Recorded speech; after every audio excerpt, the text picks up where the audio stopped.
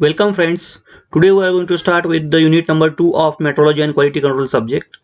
Unit 2, we are going to deal with firstly the comparators. Let us see what is meant by comparators. In previous unit we have seen the measurement standards and other terminologies.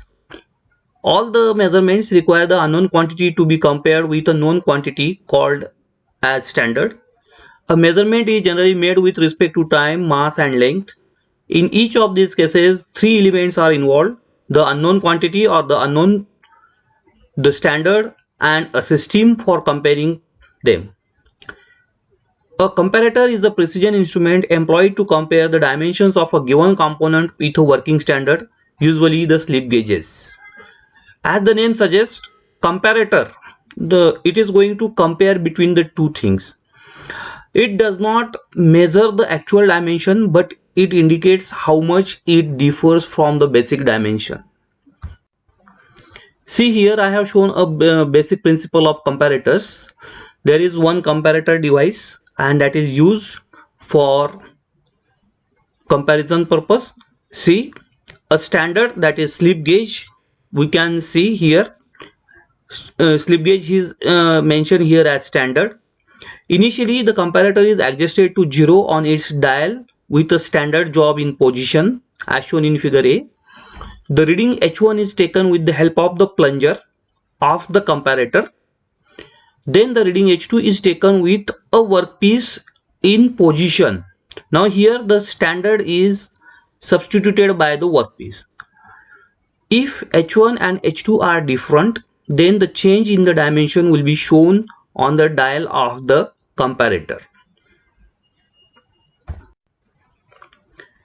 What is the necessity of comparator? See, in today's world we know that most of the components are produced on mass production or mass scale. So in mass production, identical component parts are produced on a very large scale. Micrometer and vernier caliper are not more feasible because skill involved and the time required to measure the dimensions are high. In such case, comparator is more suitable for the measurement. All the comparators consist of following three basic elements. First one is a sensing device to sense the input or output signal. Second one is magnifying system for magnification of the signal, and thirdly display system to display the output. So there are different comparators, but generally one question is there in mind, that is, what are the characteristics of good comparators, means to which comparator we should call as a good comparator. So there are certain criteria, there are certain characteristics. Based on those characteristics you can judge a good comparator. So I have shown here some of the characteristics. First one, it should be compact and easy to handle. Second one, it should give a quick response or quick results. It should be reliable while in use. There should be no effects of environment on the comparator. Its weight must be less. It must be cheaper.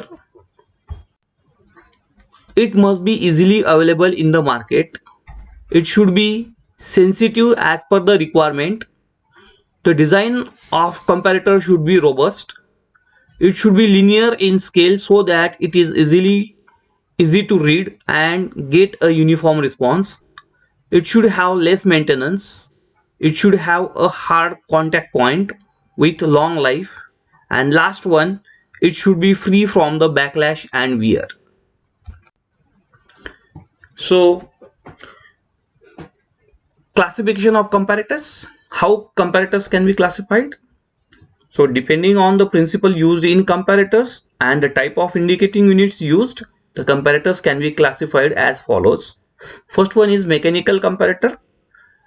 As the name suggests, it will consist of mechanical components such as gears, pinions, linkages, levers, springs, etc. Second one is pneumatic comparator. Pneumatic comparator works by using high pressure air, walls, back pressure, that is pneumatic component. Third one is optical comparator. The optical comparator works by using lenses, mirror, light sources, etc. Means what? Optical principles. Electrical comparator, it works on the basic principle of electrical engineering. It works by using step up, step down transformers. Then fifth one is electronic comparator. It generally uses the electronic components. It works by using amplifier, digital signal, etc. And the last one is combined comparator. The combination of any two of the above types can give the best results. So such comparators will be called as combined comparators. So these are the few references you can refer, or you can go for further reading in these books also. So here we will stop today. Thank you very much.